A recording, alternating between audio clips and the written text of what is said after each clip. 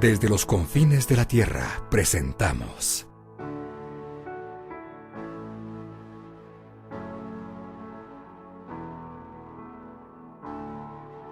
Edificados por la Palabra, con el apóstol Fabián Rottenberg.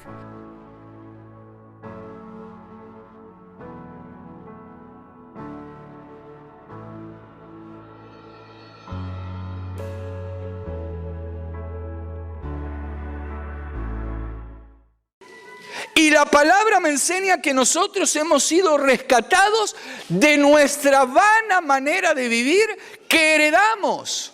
¿Que heredamos de quiénes? Mira, sabiendo que fuisteis rescatados de vuestra vana manera de vivir, la cual recibisteis de vuestros padres, no con cosas corruptibles como oro o plata, sigamos, sino con la sangre preciosa de Cristo, como de un cordero sin mancha y sin contaminación. Cuando yo aplico esto a mi vida, reconociendo que esa sangre sigue activa y tiene poder para cortar, pero claro, estamos en un proceso, y dentro de mire, yo se lo planteo de esta manera. Porque alguien puede decir, bueno, yo creo en el Señor Jesucristo. ¿Y por qué? ¿Cuántos, por ejemplo, vinieron al Señor Jesucristo, lo reconocen como su Señor y Salvador, sin embargo todavía hay cosas que no las alcanzaron? A mí, yo hay cosas que todavía, hermanos, y gracias a Dios, pero un montón de cosas, el Señor ya me las dio. Dentro de este proceso hay un montón de cosas que el Señor ya me las ha dado, pero necesito seguir avanzando. Por ejemplo, muchos de ustedes, ¿cuántos tienen a toda su familia salvada por Cristo? Poquitos, nadie casi. Claro, hablo de tu papá, tu mamá, tus parientes. Por ejemplo, tal vez ahora le estoy hablando algo que fue muy personal, pero yo recuerdo cuando tuve un encuentro con el Señor, leyendo la Biblia, a mí me impactó mucho un pasaje, que era una palabra específica que le dan a un carcelero de una ciudad llamada Filipos. Pablo le dice en Hechos 16:31, cree en el Señor Jesucristo y serás salvo tú y toda tu casa. Hace mucho tiempo, hermanos, yo me tomé de esa palabra y el diablo venía a bombardearme por mi trasfondo y por muchos motivos. Esto era humanamente un imposible. Yo dije, Señor, yo te creo a ti y entro en un proceso donde necesito que tú hagas lo que tengas que hacer. Pero dije, yo te creo y me tomo de tu palabra. Pasó mucho tiempo. Pero hoy, yo puedo decir, pero cada vez que lo recuerdo, mi corazón se estremece porque Dios es fiel. Y hoy toda mi casa se ha humillado y ha reconocido a Jesucristo como Señor y Salvador. Eso se cumplió en mí. Y si lo crees, también se va a cumplir. Pero voy a esto. Hay cosas que nosotros venimos a Cristo y no se cumplen en el momento. Entramos en un proceso. Ahora, volviendo al tema, porque recuerden que estamos hablando de batallas. El Señor está dando estrategias. Dentro de las batallas hay batallas internas. Y dentro de las internas quiero referirme o seguir avanzando acerca de combatir el pecado. Por cosas que algunos tal vez han sido confundidos hace un tiempo, y hay batallas contra el pecado. Por eso Dios, cuando le habla allí en Génesis capítulo 4, vamos a buscar Génesis capítulo 4, versículo 7. Búscame la Biblia al día. Me gustó como dice esa versión, la versión La Biblia al día. Miren lo que dice este versículo en esta versión, Biblia al día. Si hicieres lo bueno, podrás andar con la frente en alto. Es Dios hablándole a Caín. Si hicieres lo bueno, podrás andar con la frente en alto. Pero si haces lo malo, el pecado te acecha como una fiera lista para atraparte. Y oigan esto, no obstante, tú puedes dominarlo. O sea que aquí hay otra batalla también. Que algunos están enseñando por allí que no hay problema, pero la realidad es que aquí hay una batalla.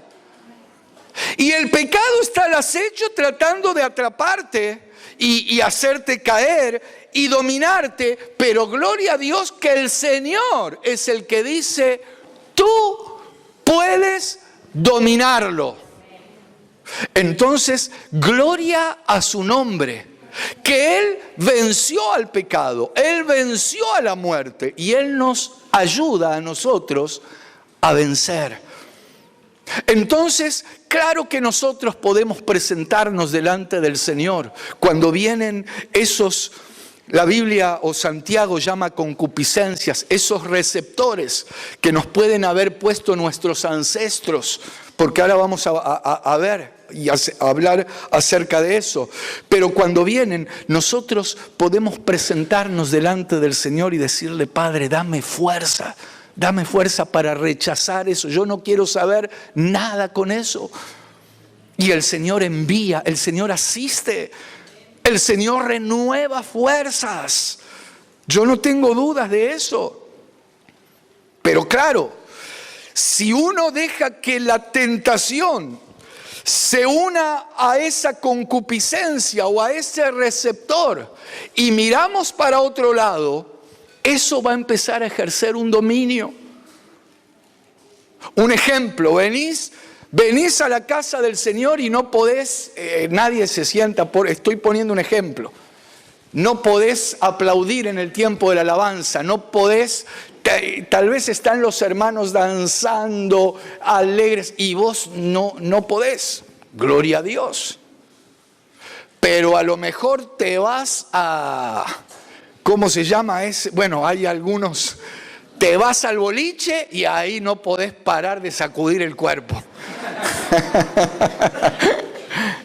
Punto número 1, ¿para qué vas? Pero bueno, no estamos aquí para prohibir.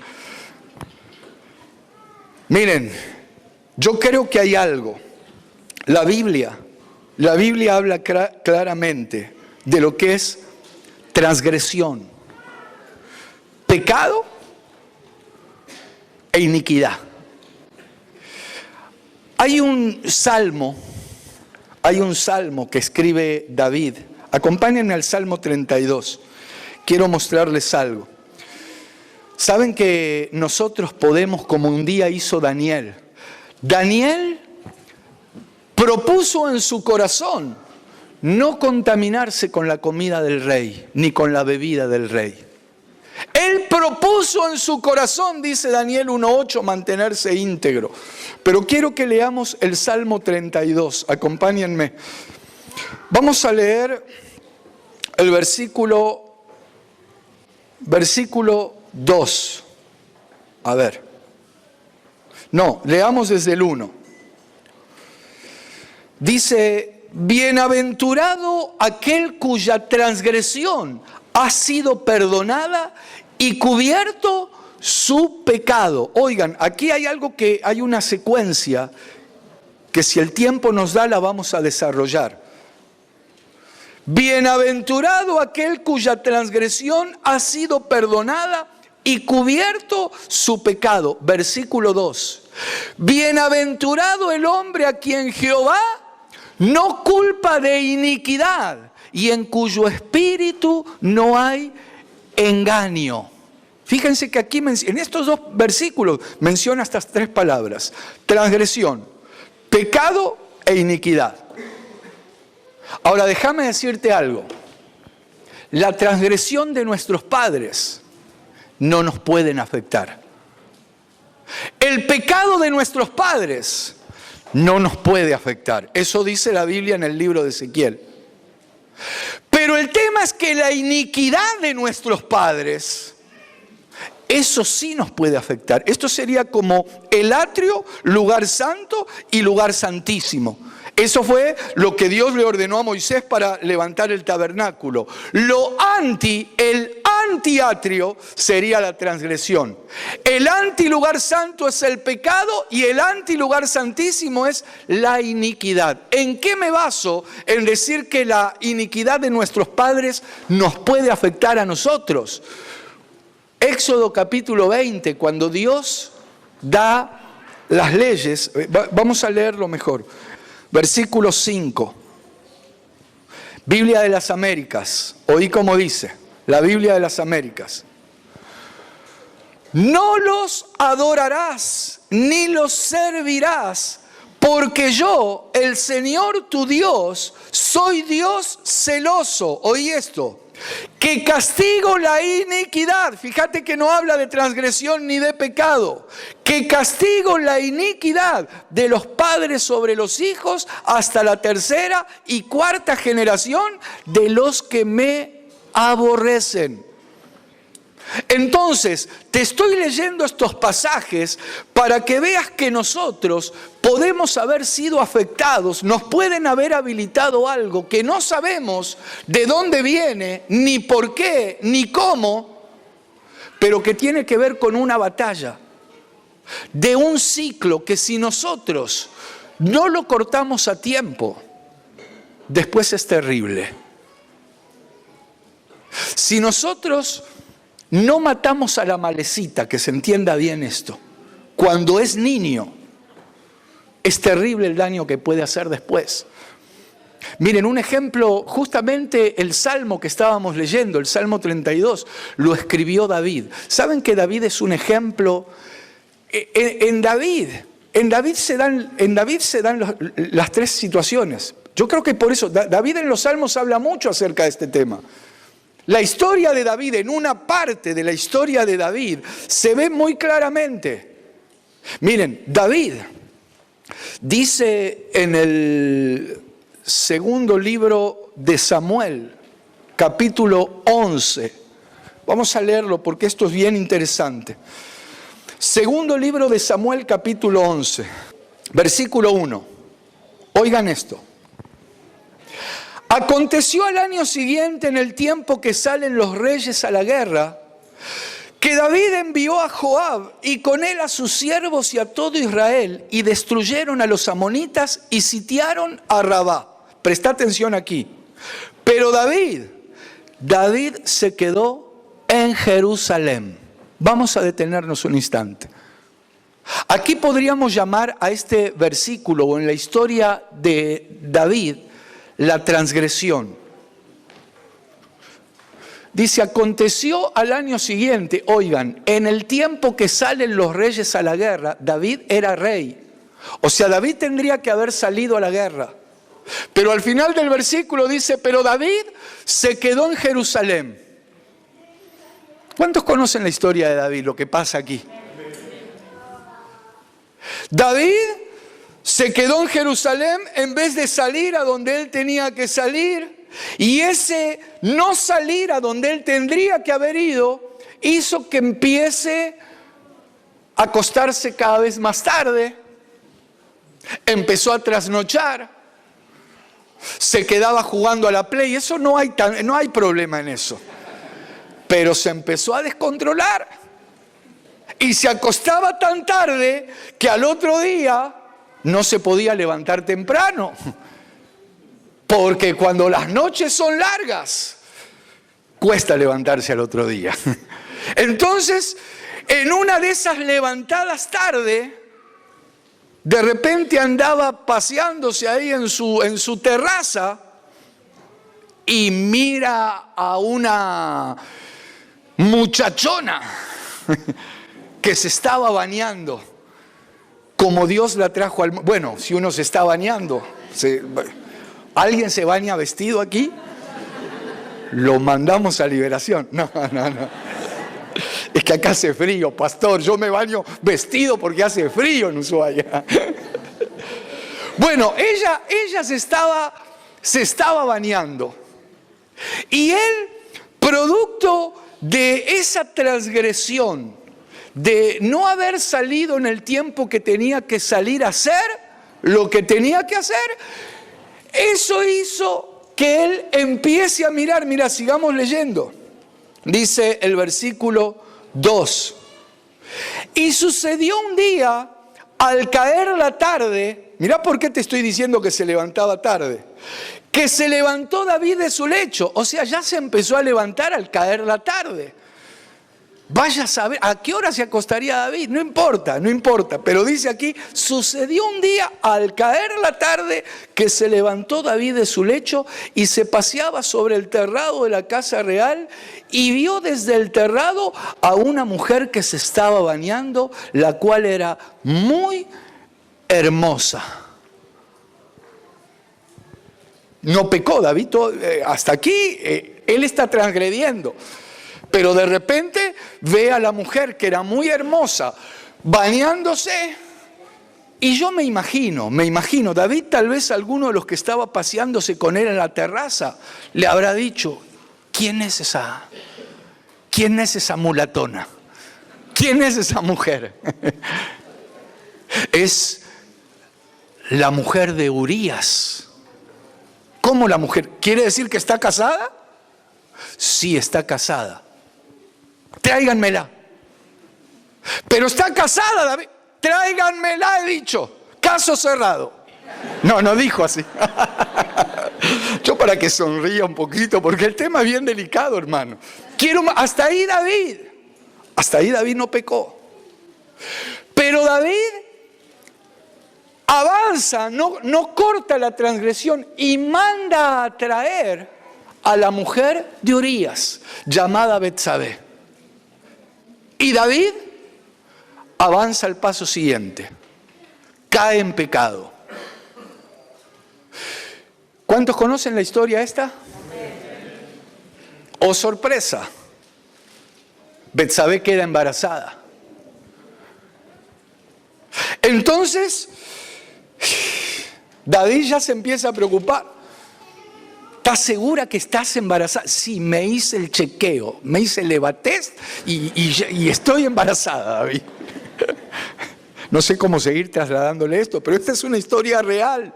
Él no supo detener la transgresión y eso se pasa a convertir en pecado. Entonces él trama toda una estrategia. ¿Qué es lo que trama David? Dice, ya sé lo que voy a hacer. ¿Cómo me dijiste que se llama el esposo de Betsabé? Urías.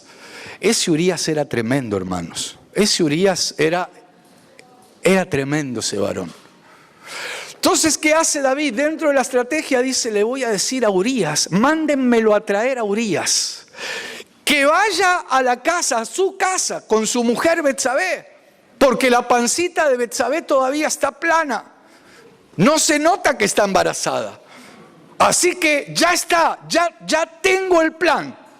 Que venga Urías, que duerma con su mujer y la novela se va a llamar El hijo de Urías, colorín colorado, esta novela ha terminado. Eso es lo que planificó David.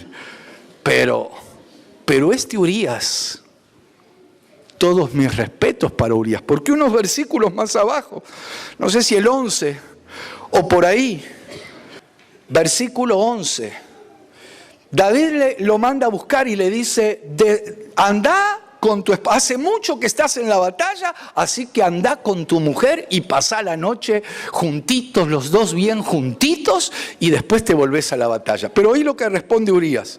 Urías respondió a David, el arca de Israel y Judá están bajo tiendas, y mi señor Joab y los siervos de mi señor en el campo, y había yo de entrar en mi casa para comer y beber y a dormir con mi mujer.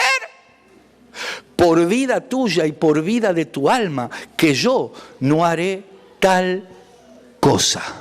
Qué tremendo este varón. David hasta aquí había pecado, pero ahora que se le complicó la cosa, por eso les estoy mostrando el ciclo de la transgresión al pecado y la iniquidad. David dice, algo tengo que hacer. ¿Cuántos conocen todavía la historia? Lo que sigue es terrible, hermano.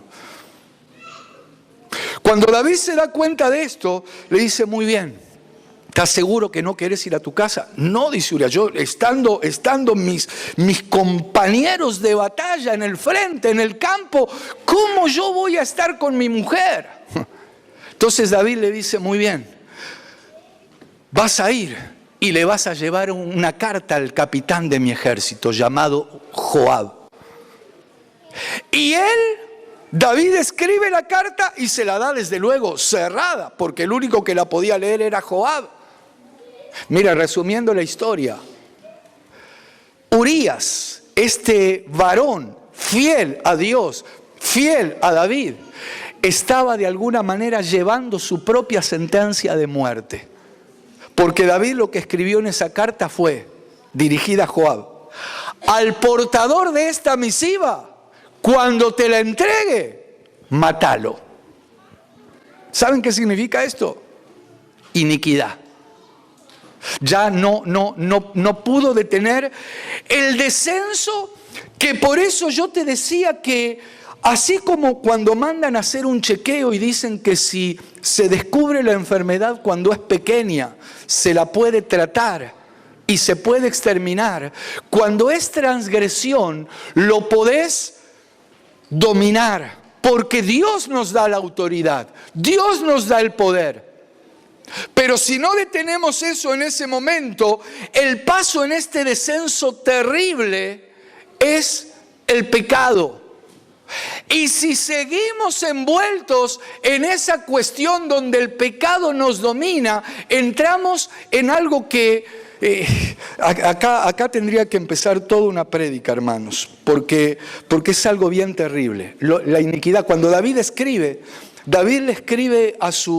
en el Salmo 51, cuando David escribe el Salmo 51, hablando acerca de esto, vamos a leerlo en la versión Kadosh, si lo tenés, 51:5, dice, verdad es que yo fui concebido en iniquidades y en pecado mi madre me concibió. Cuando él se da cuenta de todos estos horrores que cometió, dice, en iniquidades fui concebido y en pecado.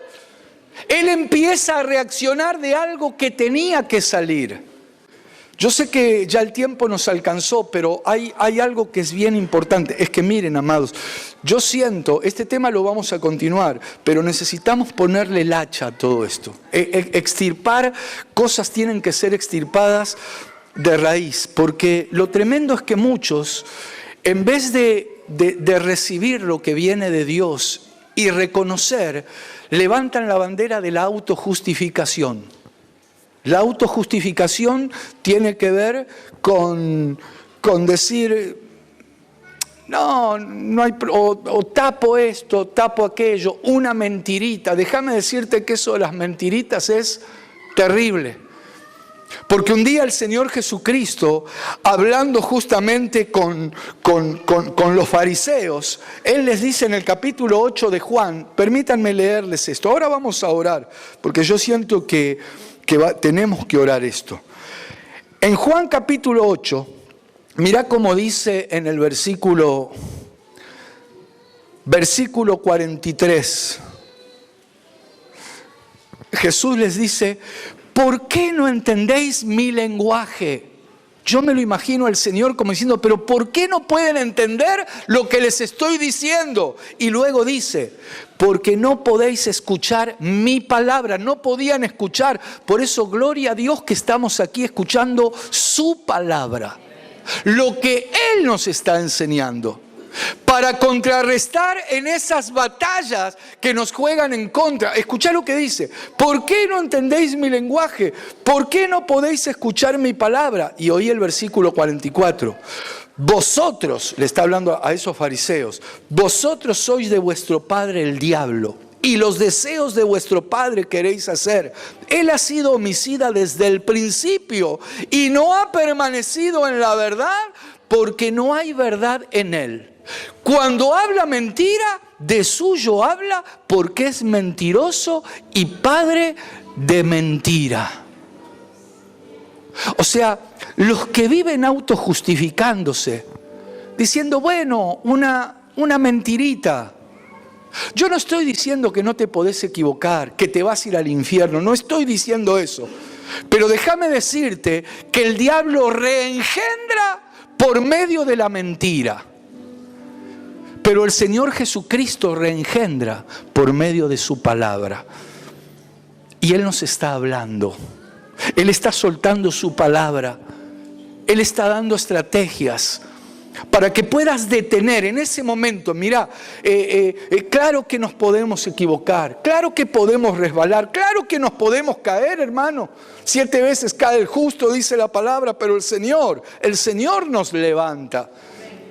Pero si te está dominando el pecado, si estás en un ciclo donde ya no solo has transgredido, sino que sos una máquina de correr detrás de eso que te tiene cautivo, necesitas ministrarte. Y puede ser, es muy probable que necesites liberación. Ahora, Dios nos está dando estrategias para batallar primero en lo interior. Porque a veces nos podemos comer los libros de guerra espiritual y aprendernos todos los pasos de memoria, como si fuera una fórmula mágica. Y la realidad es que Dios no está buscando esto. Dios está buscando varones y mujeres capaces de decir, Señor, me presento delante de ti, me humillo, necesito detener esto y sé que si tú estás conmigo lo voy a detener porque tú me has dicho que soy más que vencedor.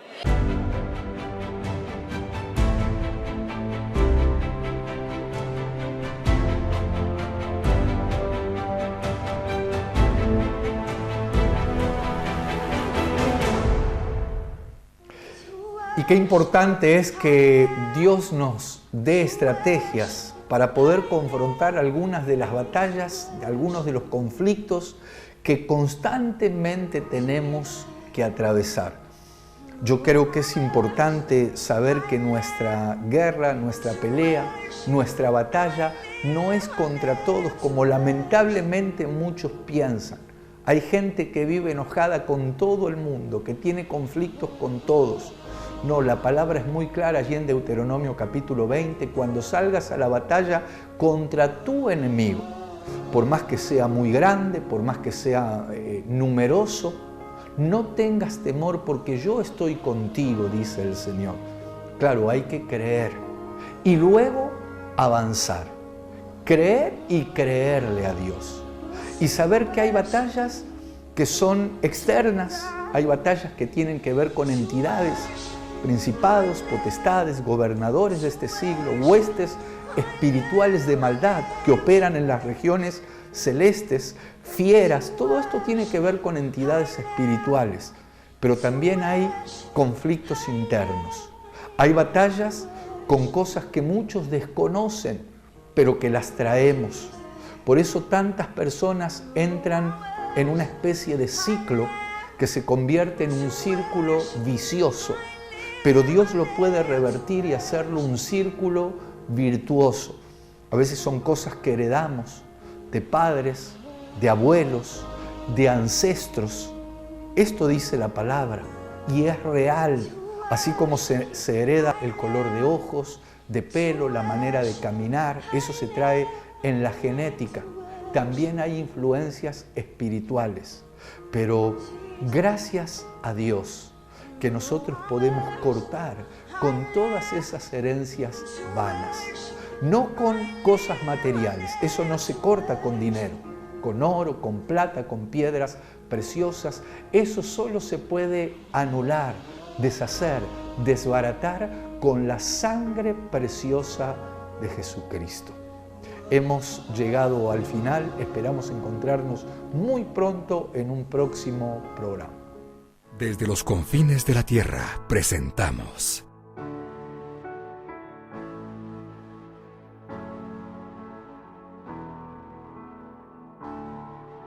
Edificados por la Palabra, con el apóstol Fabián Rothenberg.